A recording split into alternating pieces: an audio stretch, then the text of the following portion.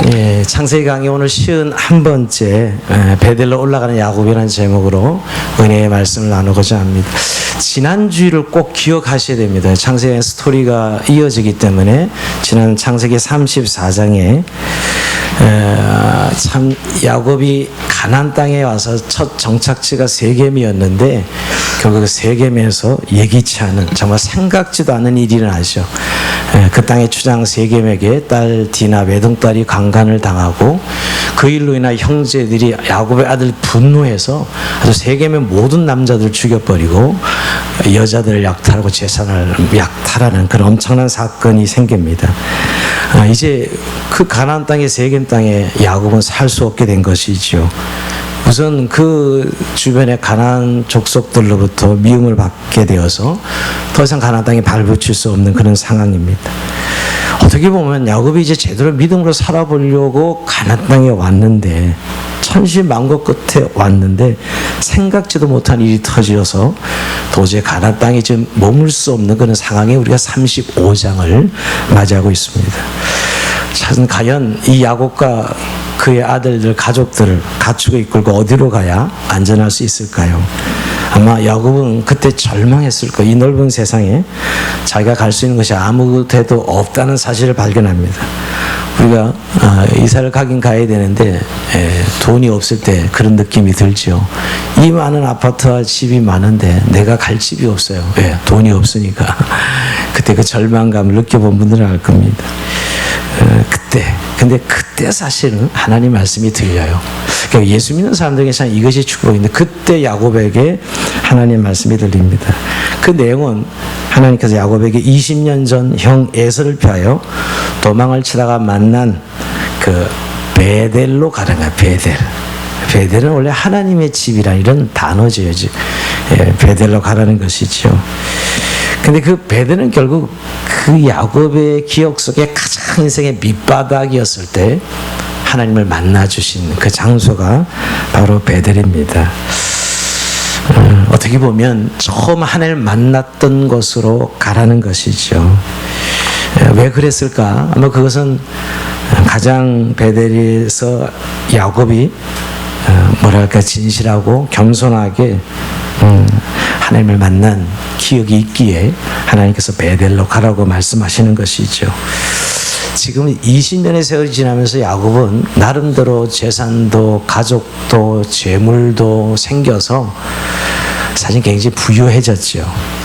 그러나 그는 그의 믿음은 그렇지 않았던 것 같아요. 결국 하나님께서 이 세겜 사건을 통해서 그에게 영적인 부흥을 주시는, 즉 영적인 회복을 주시는 그런 사건이 오늘 우리가 읽은 이 본문입니다. 사실 야곱은 지금 형편없는 죽느냐 사느냐의 기로에 처해 있습니다. 아들들이 세겜 땅에서 엄청난 일을 저지르는 바람에 도대체 어떻게 해야 될지 모르는 그 공경에 처한 상황이죠. 한성을 완전히 초토화시키고 남자들 그것도 다 속여가지고 할례를 받게 해서 다 남자들을 죽이고 여자들을 뺏어오고 아예 재산을 뺏는 그런 엄청난 범죄를 저질렀습니다. 여러분 그러고 나고서도 그 땅에 야곱과 그의 가족들이 살 수 있을까요? 이건 말도 안 되는 일이죠.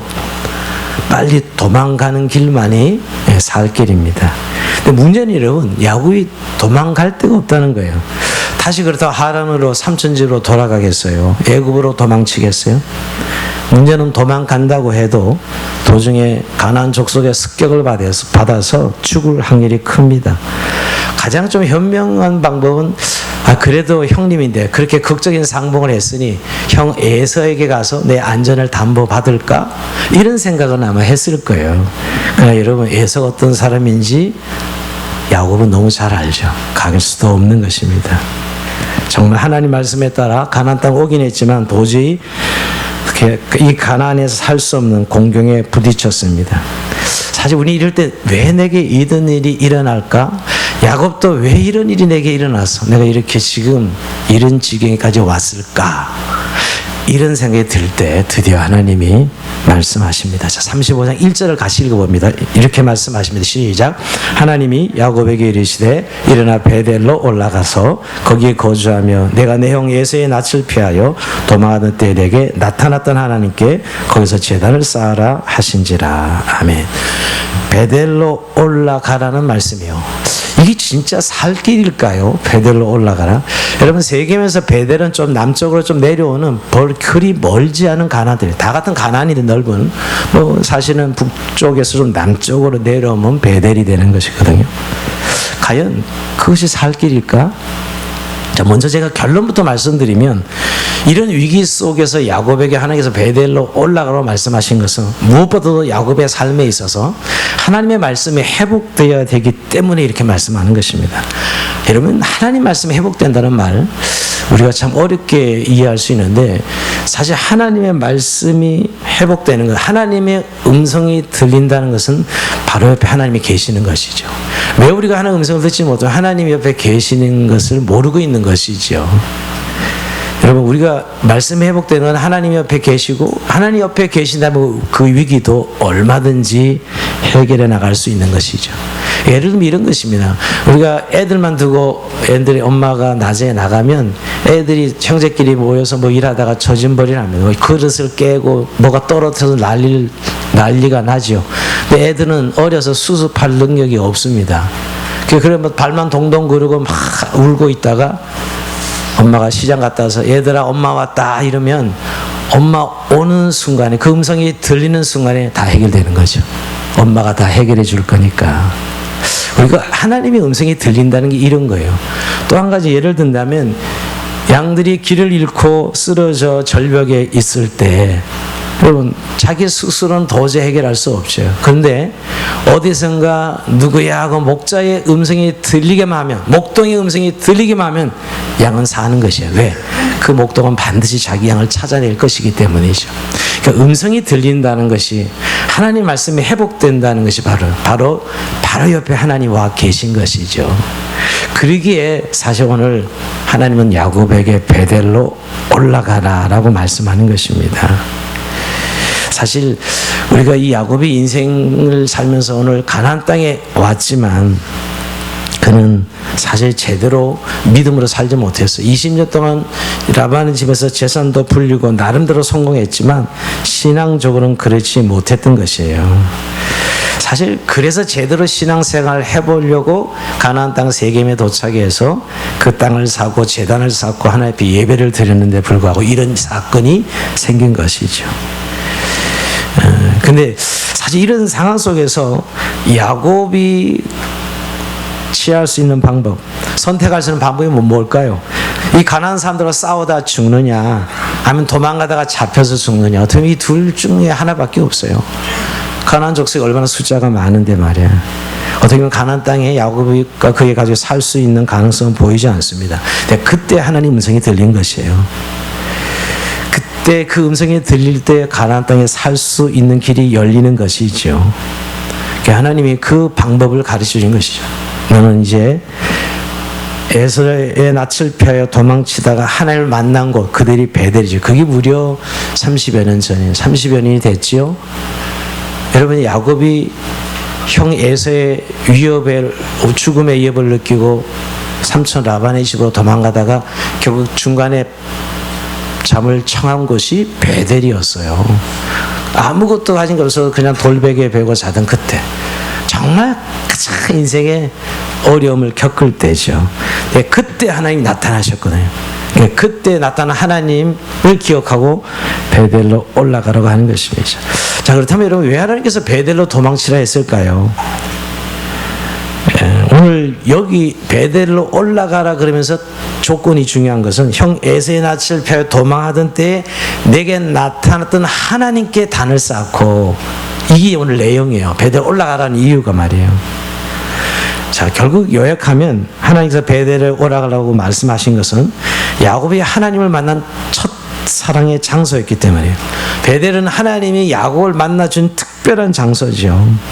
물론 야곱은 다른 데 그 장소에서도 하나님을 만났어요. 우리가 잘 아는 대로 아반의 집에서도 야 떠나라 하나님께 나타나신 적도 있고, 물론 야복강가에서 하나님 산 씨름하면서 하나님을 만난 적도 있고, 여러분 마이난 군대가 나타나서 하나님을 만난 적도 있어요.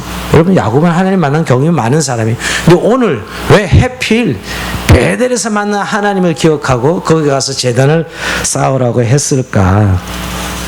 그것은 바로 이 베델이라는 곳은 야곱에게 있어서는 하나님에 대한 첫사랑이죠. 야곱이 베델에서 처음으로 살아계신 하나님을 체험하고 은혜를 받은 장소예요. 베델 이전까지는 여러분 이 야곱의 신앙은 하나님을 알긴 알지만 조부 아브라함에게 들은 하나님의 말씀, 하나님이었지 자기가 체험한 하나님이 아니에요. 아버지 이삭으로부터 들은 하나님이지 자기가 체험한 하나님은 아니에요. 제가 그때 호랑이, 그림 속에 있는 호랑이가 무섭다 하지만 그림 속의 호랑이는 아무것도 무섭지 않아요. 그죠? 호랑이를 진짜 맞닥뜨리면 엄청난 일이잖아요, 여러분. 즉 그림 속의 호랑이 정도의 이론적인 하나님이었어요. 근데 베델에서 야곱은 아주 생생하게 살아계시며 자기를 보고 계시고, 더 이상 할아버지 아브라함의 하나님, 아버지 이삭의 하나님이 아니라 자기의 하나님으로 만나는 장면이 베델이에요. 자신에게 직접 그것도 말씀하시는 하나님 말이에요. 그래서 오늘 그 체험을 상기시키면서 베델로 올라가라 하는 것이죠. 즉 우리가 해석을 해보면 하나님께서 야곱에게 요구하신 것은 하나님과의 첫사랑을 회복하라는 것입니다. 하나님께서 야곱에게 베델로 가라 하신 것은 사실 장소 문제는 아니에요. 꼭 베델이 특별한 장소라서 no, 그건 아니에요. 이 해석할 때 여러분 베델에서 하나님을 만난 체험이 중요한 거예요. 그때 그 심정으로 돌아가라는 것이에요. 네가 하나님을 처음 살게 하나님을 만나서 그때 그 누렸던 그 감격 말이에요. 사람은 첫 곳에는 기억이 아주 인상적이에요. 그죠? 우리가 첫사랑, 첫 키스, 첫날밤, 첫 아이 모두가 강렬한 기억이 있는 것이 첫 기억이에요. 그러니까 그때 베델에서 네가 만난 살아계신 하나님, 그 하나님을 기억하고 베델로 올라가라고 말씀하고 있는 것이죠. 또 한 가지 여러분 왜 베델로 올라가 하셨을까 생각해 보는 것은 야곱의 생애에 있어서 그 베델에서의 야곱의 삶이 가장 가난하고 비참하던 때였습니다. 우리가 생각할 형 에서의 죽음의 위협을 피해서 어쩔 살려고 도망가던 길이었어요. 그때 하나님이 만나준 장소거든요. 어떤 야곱의 인생이 가장 힘들고 가장 힘이 없고 가난하고 무력할 때 하나님께 만나주신 것이 베델입니다. 어떻게 보면 야곱에게서 베델은 가장 낮은 자리, 갈 때까지 가본 자리죠. 낮아질 때까지 낮아진 자리. 야곱아, 네가 그것을 기억하면서 베델을 올라가라고 말씀하고 있는 것입니다. 사실 그 전에 야곱은 형 에서의 축복권만 따내면 내 인생 한번 해볼만 하다고 생각했는데 정작 형 에서의 축복권을 속여서 따내어 쟁취했지만 결국 자기가 돌아오는 것은 죽음의 위협밖에 없었거든요. 그래서 그때 그 절망하면서 걸었던 그 길,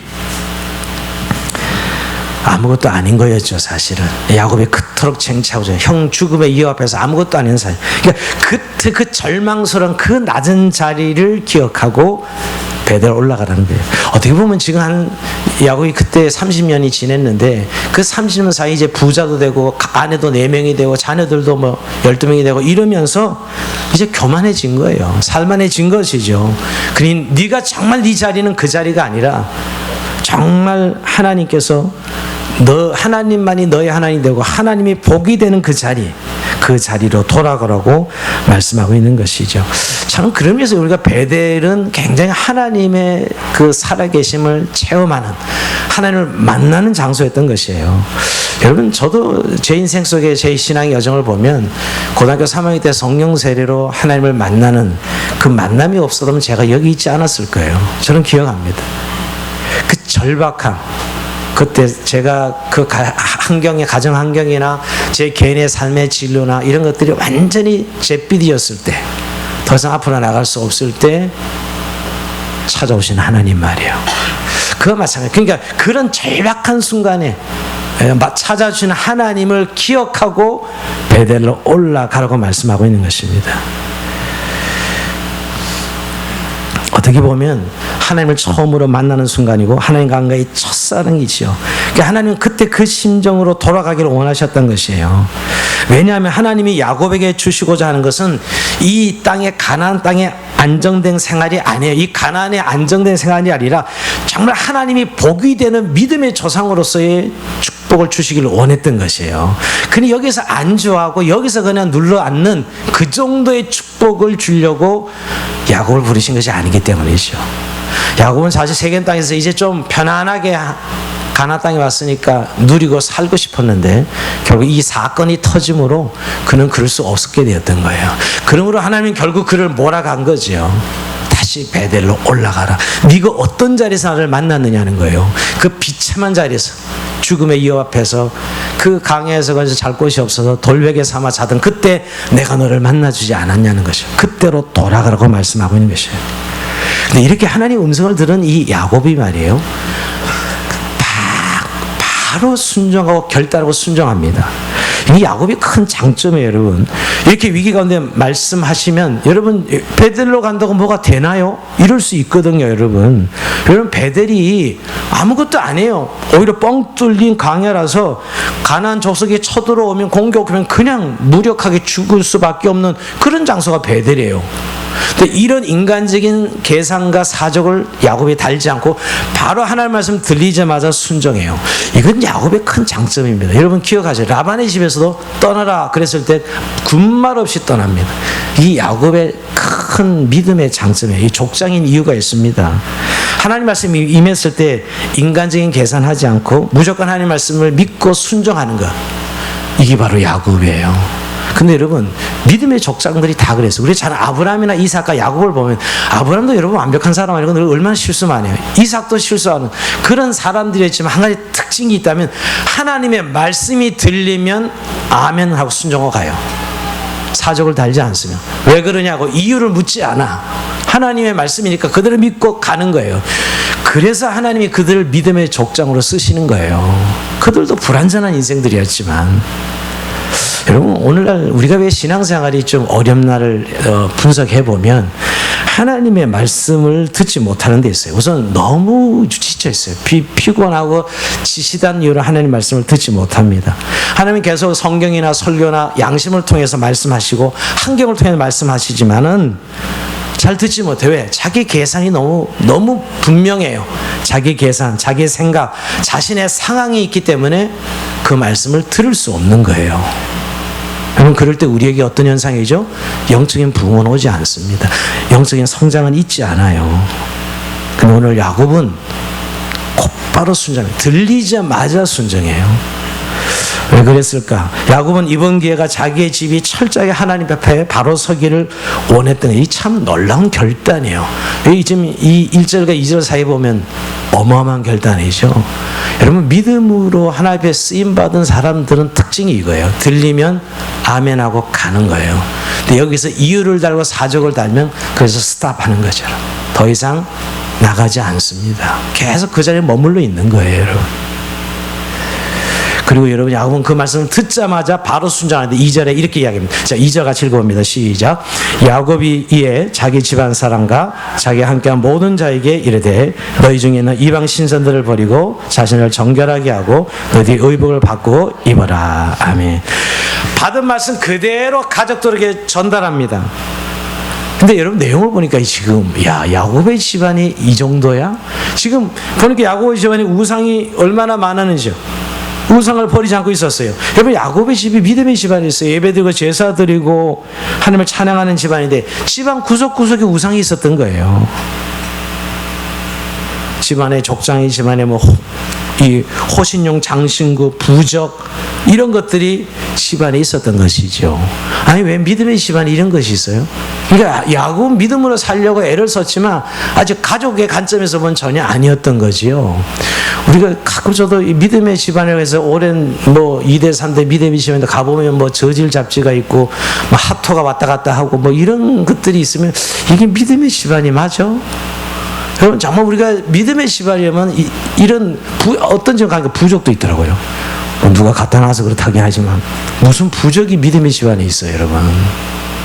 이거와 똑같은 거죠. 그러니까 지금 야곱이 보니까 자기 그 말씀 듣고 보니 집안에 얼마나 많이 우상이 있는지 우상을 버리라고 말씀하고 있는 것이죠. 그러니까 이런 거예요. 야곱은 믿음으로 산다고 소리 빽빽 질렀지만 혼자서 잘 믿었고 자녀들이나 아내들은 야곱이 뭐라 해도 자기들의 신이나 우상들을 포기하지 않고 가지고 있었던 거예요. 그러나 오늘 세겜에서 위기에 봉착하자 야곱은 드디어 식구들에게 우상을 버리고 하나님을 만날 준비를 하자고 합니다. 자, 이방 신상을 버리고 자신을 정결케 하고 의복을 바꾸라고 이야기합니다. 즉 하나님 만날 준비를 하고 베델로 올라가자는 것이 이게 굉장히 중요한 부분입니다. 오늘 여러분, 자, 우리가 이제 그 세겜도 가나안 땅이고요, 베델도 가나안 땅인데 왜 하필 베델까지 가야 되냐고. 그럼 야곱은 그랬을 거예요. 하나님, 나 세겜까지 왔습니다. 가나안 땅에 왔잖아요 라고 큰 소리 치고 있는 것이죠. 근데 하나님은 아니었어요. 베델까지야. 이게 굉장히 언약적으로 중요해요. 여러분 창세기 28장 우리가 기억나셨는지 모르겠어요. 네가 반드시 베델로 돌아오게 하겠다고. 그래서 내가 너를 복을 주겠다고. 반드시 베델로 돌아오게 하겠다는 말씀을 지금 야곱은 잊어버리고 있는 거죠. 세겜도 가나안 땅인데 이루고 있는 거예요. 그러니까 하나님 원하는 건 베델까지인데 오늘 야곱은 세겜에서 머물렀던 거예요. 그래서 그 일이 터진 것이죠, 여러분. 하나님은 베델에서 그를 다시 복주시기로 하셨는데 이 말씀을 잊어버린 것입니다. 이것이 여러분 하나님의 생각과 야곱의 생각의 차이예요. 가나안 땅에 오기만 하면 됐다고 생각하는 야곱과 하나님은 가나안 땅에 왔지만 베델까지 와야 된다고 생각하는 것이죠. 이게 별 차이가 아닌 것 같다고 차이가 많습니다. 우리는 예수 믿고 그저 주일 성수하고 봉사하고 11조 생활하고 이러면 참 좋은 교인이잖아요. 맞아요, 좋은 교인입니다. 예, 저는 썬데이 크리스찬 그러는데 썬데이 크리스찬만 돼도 좋겠어요. 어떨 땐 그런 얘기 생각해요. 썬데이 크리스찬도 아닌 사람이 많아요, 요즘 교회 다니는 사람 중에. 근데 사실 이렇게 하면 좋은 교인인데 하나님은 그렇게 생각하고 세겜까지 머물렀던 거예요. 근데 하나님은 베델까지요. 겉으로 보면 야곱의 전에 예배도 드리고 하나님을 찬송하는 그런 믿음의 집안이라 이 말이에요. 내부적으로 보니 우상이 곳곳에 깔려 있었어요. 여전히. 그러니까 뭐예요? 교회 다니고 그저 봉사하고 이 정도의 교인으로 내가 너를 만족하지 않는다는 거예요. 베델에까지 우상을 버리고 자신을 정결하고 회개하고 그리고 베델까지 올라오라는 것이죠. 여러분 오늘 이런 겁니다. 우리가 예수 믿는 것을 정말 그저 교회 다니고 구원받고 봉사하면 이 정도 신앙이면 될지 몰라도 주님은 뭐 우리에게 말씀 우상을 버리고 오직 말씀만 붙들고 자기를 부인하고 자기 십자가를 지고 나를 쫓으라고 말씀하시는 거거든요. 네 자아가 네 인생 네가 주인이 아니라 그것까지 포기하고 말씀 붙들고 믿음으로 살아가라고 말씀하고 있는 것이죠. 그런데 사실 우리는 그까지 가기 싫은 것입니다. 여러분 우리가 세상 것 붙들고 결국 이런 것 뭔가 예수를 믿긴 하지만 세상 것을 붙들고 예수 믿는 것이죠. 그런 신앙생활은 부흥은 일어나지 않아요. 영적인 성장과 성숙이 일어나지 않습니다. 그러니까 지금 야곱의 가지 가나안 땅에 오긴 했는데 세겜에서 머물러 있는 이유죠. 베델까지 가야 되는 이유를 주님이 말씀하고 있는 것입니다. 사실 우리 좀 이런 생각이 있잖아요. 어떻게 100% 하나님 뜻대로 살아. 인간인데 우리도 뭔가 좀 예수 믿어도 나름대로 우리의 생각도 있고 우리의 좀 뭐 편안한 것도 있고 이런 것도 가질 수 있는데 꼭 예수 믿으면 그렇게 온전히 하나님께 순종해야 되고 100% 하나님 말씀대로 살아야 되고 예. 그렇게 살아야 됩니다, 사실. 그게 이제 우리 생각과 하나님 생각의 차이라니까요. 그게 맨날 전쟁 치르고 있는 거예요. 사실 지금 우리 신앙생활이라는 게 맨날 그 전쟁입니다, 여러분. 예수 믿으면서도. 그것을 요즘 말로 양다리 걸치기 신앙이라고 합니다. 하나님과 세상 사이에 우리가 양다리를 걸치고 있는 겁니다. 적당히 세상도 좋은 세상 멋있게 살고 또 천국도 가야 되고 이런 것이죠, 여러분. 우리가 예수 믿는다고 하지만 세상의 야망을 다 포기하지 못하는 것입니다. 예, 가끔 그런 생각이 들어요. 처녀들 중에서도 더블 데이트합니다. 이 남자 저 남자를 동시에 데이트하면서 좋은 남자를 고르리라 이렇게 뭐 처녀만 그런 게 아니라 총각도 그렇죠. 이 여자 저 여자 보면서 더블 데이트를 하면서 내가 하나 건지리라 이렇게 생각하는데 우리 청년들은 절대 그렇지 않은 것 같아요. 좀 데이트를 많이 했으면 좋겠어요. 근데 여러분 결혼하려면 한 사람 선택해야 되잖아요. 여러분 진짜 산다는 건 진짜 신앙생활 하는 것은 결국 한 사람을 선택해야 되는 거예요. 오직 예수 그리스도 한 분을 섬기는 것이에요. 그게 믿음이 우리의 삶의 전부여야 돼요. 우리가 마귀에게 속는 거예요. 좀 세상도 이거 좀 누려야 되고 이것도 이 생각이 이게 다 허구거든요. 없어요. 그런 건 없습니다. 사실 하나님을 섬기든지 세상을 섬기든지 결국 이 둘 중에 하나입니다. 중립이 없어요. 그러니까 사실 우리는 세겜까지 가면 됐지 생각하지만 하나님은 베델까지 올라가라고 말씀하고 있는 것이죠. 사실 우리가 우리의 신앙생활에는 은혜의 강물이 흐르는 것, 이게 정말 신앙생활이죠. 예수 믿는 것이 그냥 늘 피곤하고 공부하고 힘들 것만이 있는 것이 아니라 늘 우리 안에는 하나님과 우리의 사이에 막힘이 없기에 늘 은혜의 강물이 흘러야 돼요. 사실 그게 우리 신앙생활이 됩니다.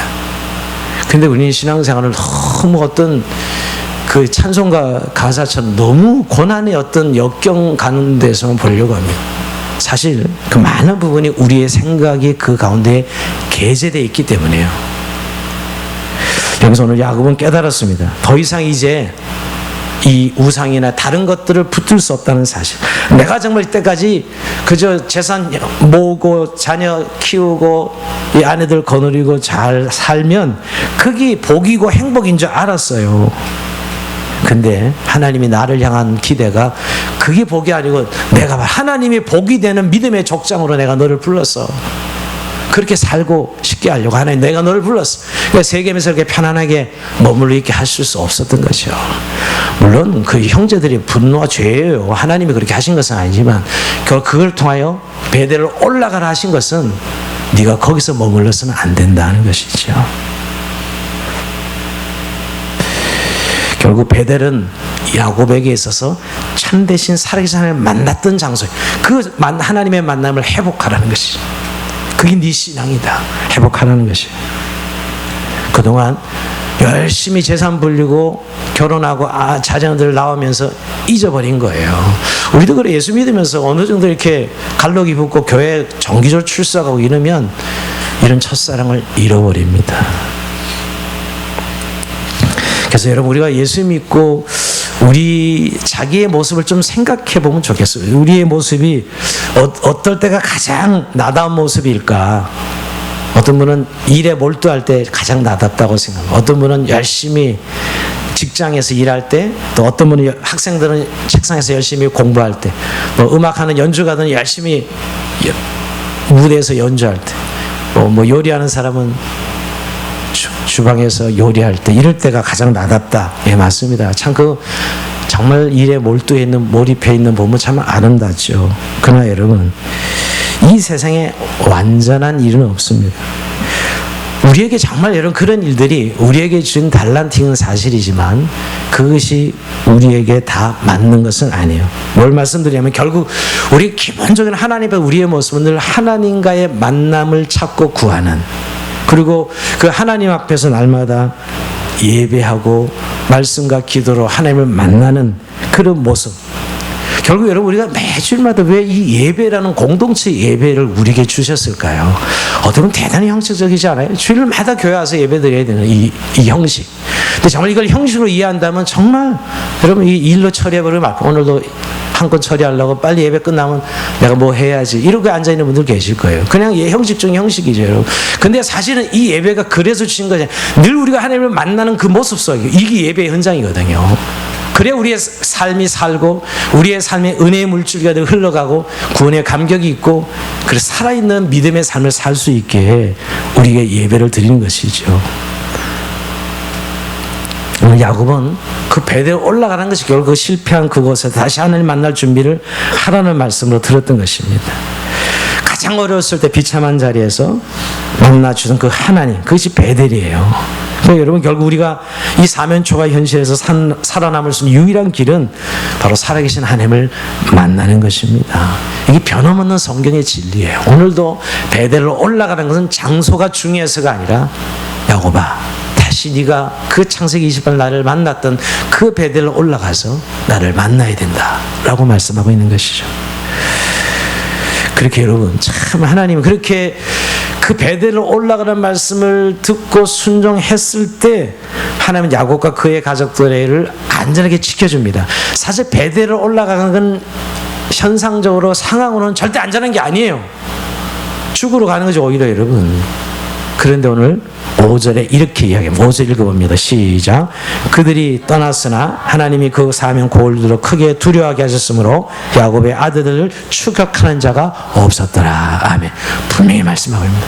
사실 이 말씀에 듣고 순종하는 것은 어떻게 보면 망하는 길인지 몰라요. 야 이러다 우리 죽으면 어쩌라고 베델로 올라가라는 거야.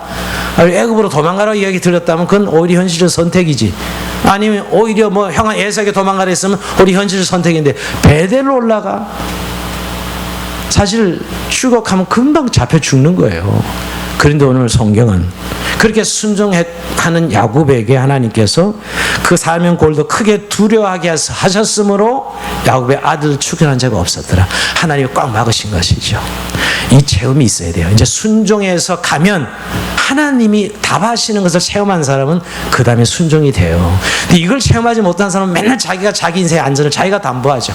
자기가 담보하지 않으면 못 나가는 거예요. 항상. 이건 믿음이 아닙니다, 여러분. 물론 나도 우리의 인생에 자기를 담보할 수 있죠, 안전을. 근데 이 말씀에 순종하면 안전이 담보가 안 된다니까요, 여러분. 근데 하나님이 가라 하니 순종할 때 하나님이 사는 데의 마음을 두려움을 줘서 털끝 하나 손대지 못하게 하십니다.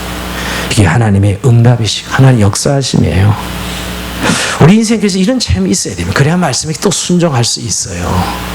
매일 자기가 통장으로 자기 인맥으로 늘 안전빵으로 인생을 선택하는 사람은 사실 믿음으로 사는 게 아니에요.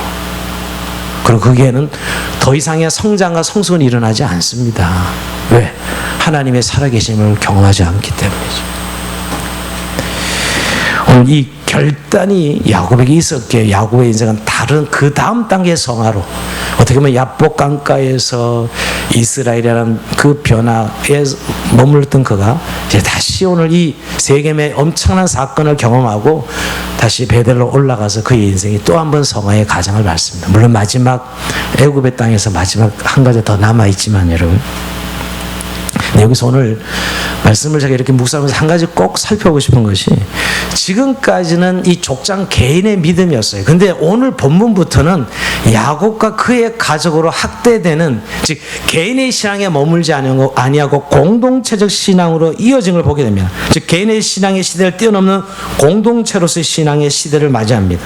뭐냐면 야곱 개인이 결단으로 끝나지 아니하고 가족들을 독려하고 그 가족들과 함께하는 야곱의 모습을 보게 됩니다. 여기 공동체죠, 여러분. 오늘 3절에 보면 여러분, 우리가 일어나 베델로 올라가자. 야곱이 가족들이 이렇게, 내 한란 날에 내게 응답하시면 내가 가는 길에서 나와 함께 하신 하나님께 내가 거기서 제단을 쌓으려 하노라 하며 하고 일어나서 가자라고 명령하고 같이 갑니다. 그 4절에 보면 그들이 자기 손에 모든 이방 신사들과 자기 개인 귀고리들을 야곱에게 주는지라 야곱이 그것들을 세겜 근처 상수리 나무 아래에 묻고, 그 모든 우상들을 다 상수리에 묻고 야곱과 그의 가족 같이 올라가는 모습. 야, 이 그림 너무 멋있어요. 지금까지 야곱 혼자 결단하고 야곱 혼자 신앙생활했어. 어떻게 보면 오늘 야곱의 가족이 전체 다 함께 야곱과 같이 올라갑니다. 자, 이것은 결국 공동체를 이야기해요. 지금까지 한 사람의 야곱의 신앙, 족장들이 그랬죠. 아브라함도 이삭도 그랬습니다.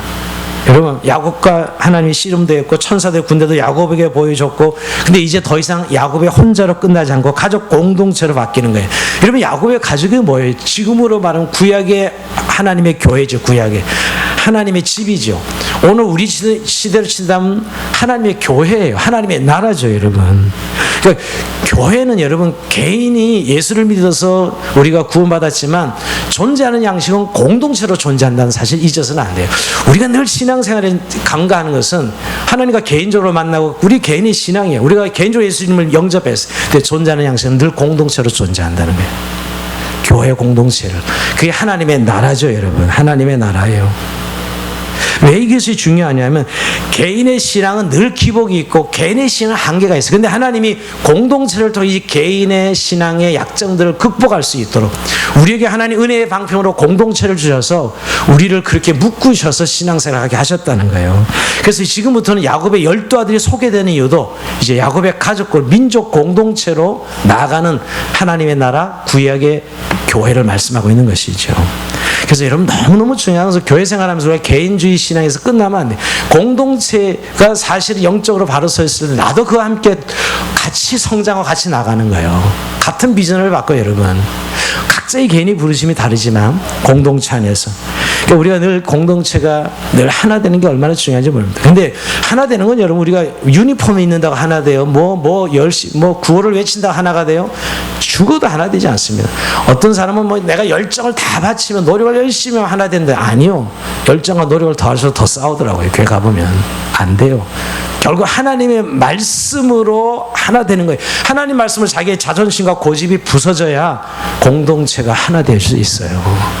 우리가 이 사실은 야곱이 가족 공동체로 이어지는 이 권면과 하나됨을 통해서 야곱의 가족이 교회로 온전히 세워지는 모습을 우리에게 보여주고 있습니다. 혼자 힘으로 하는 것이 아니라 함께 한다는 사실을 꼭 기억해요.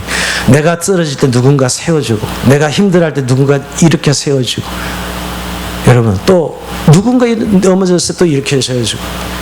여러분 요즘 시대도 세상에서도 멘토링이 대세예요. 코칭과 멘토링.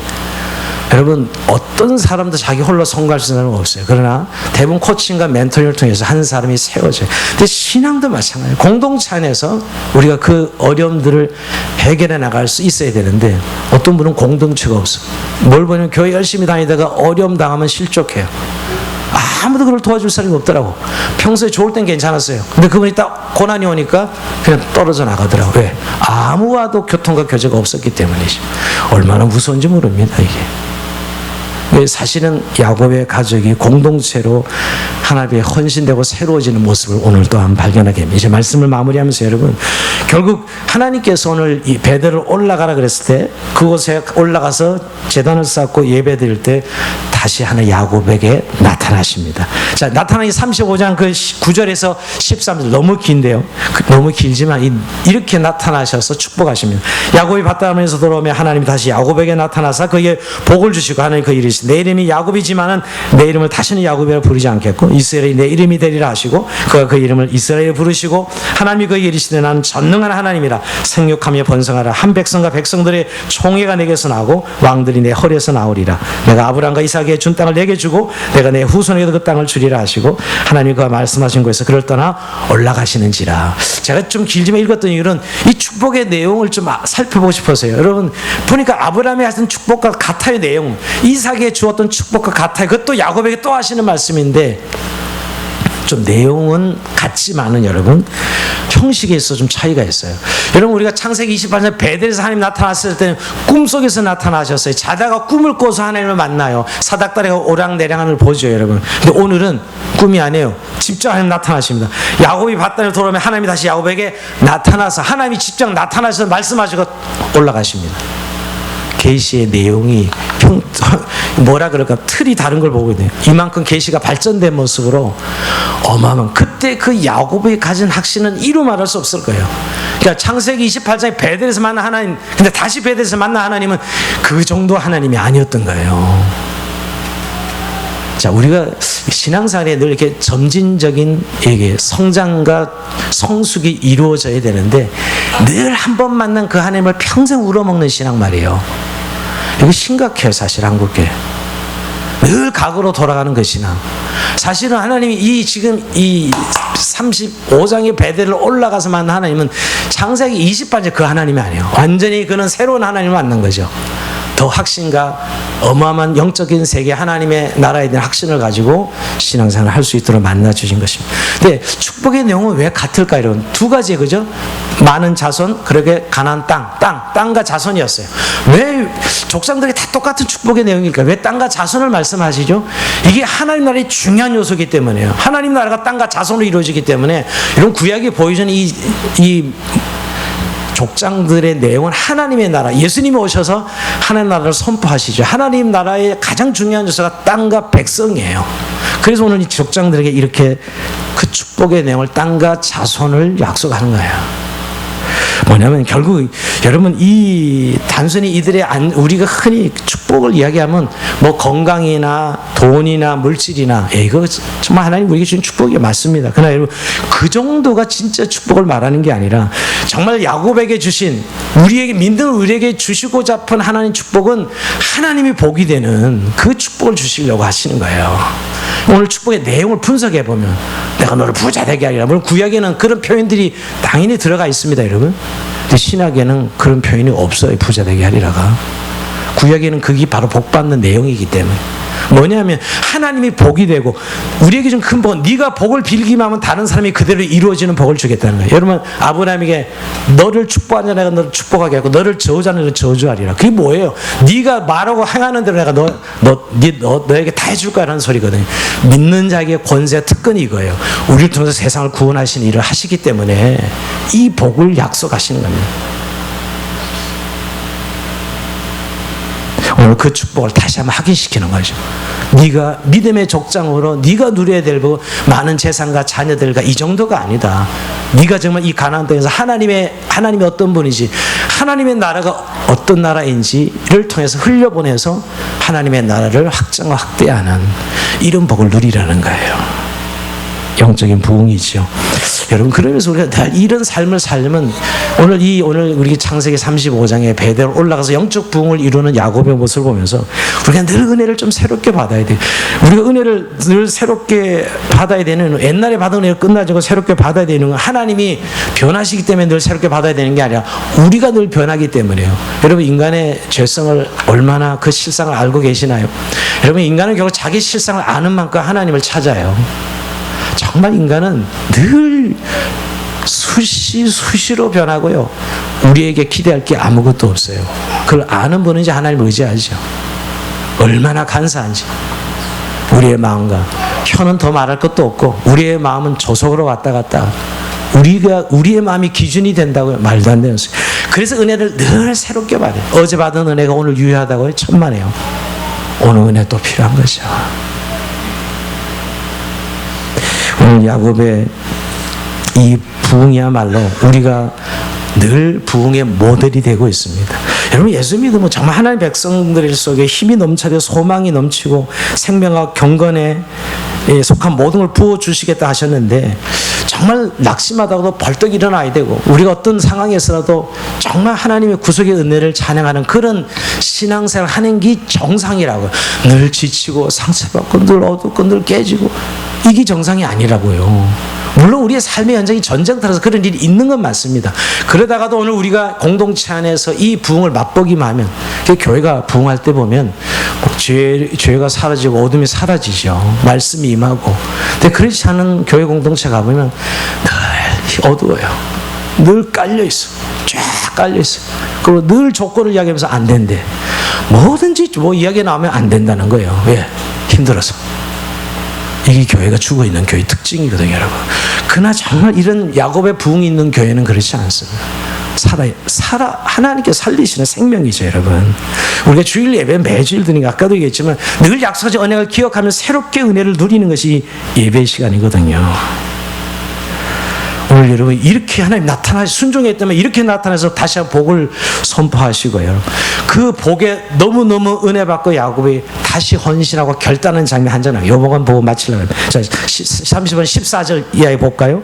자, 어떻게 하나님이 그렇게 나타나서 복을 주시니까 야곱이 이렇게 반응합니다. 야곱이 하나님이 자기가 말씀하는 곳에 돌기둥을 세우고 그의 전제물을 붓고 또 그의 기름을 붓고 하나님이 자기가 말씀하는 곳에 이름을 베델에 불렀더라. 여러분, 창세기 28장의 베델에서 한 행동이나 이 행동이 뭐가 달라요? 좀 세밀하게 보신 분, 28장을 제대로 본 분은 하나 다르죠, 여러분. 돌기둥에 기름 붓는 것 같지만 또 하나 그의 전제물을 붓고, 포도주였어요, 전제물은. 포도주를 붓는 게 달라요. 왜 달라졌는가? 그때는 그냥 기름밖에 없었으니까. 지금은 포도주가 있었으니까. 이렇게 이야기하시는데, 포도주의 의미는 기름을 붓는다는 건요, 전적인 이제 모든 것을 하나님이 하셨다고, 즉 모든 열정을 다 하나님께 바친다는 의미에서 기름을 붓는 것이고요.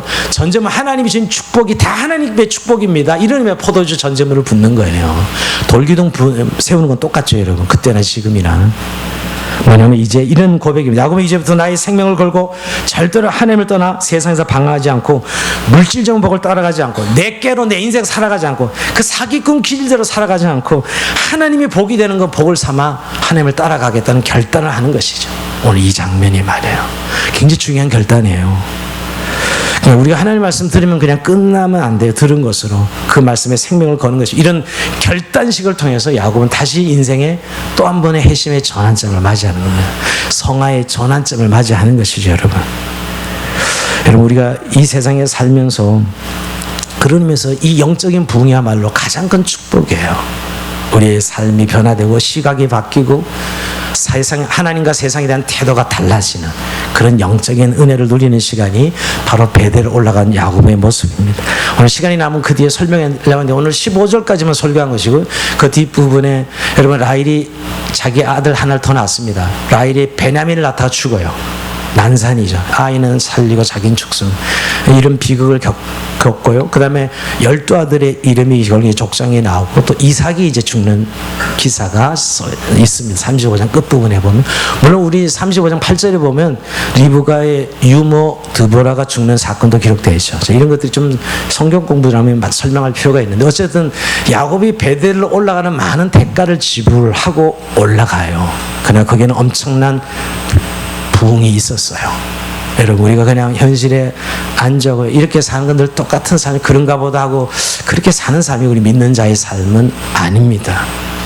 계속 주님은 우리를 구원의 여정 속에 끌어올려 가고 계세요. 어디까지? 천국의 그리스도의 장성한 분량에까지 우리를 계속 인도하고 계시다는 사실을 기억하시면서 오늘도 우상을 버리고 일어나 베델 올라가는 저희의 삶이 되길 주의 이름으로 축원드립니다. 자, 우리 찬송하면서 주님 오늘도 나갑시다. 주의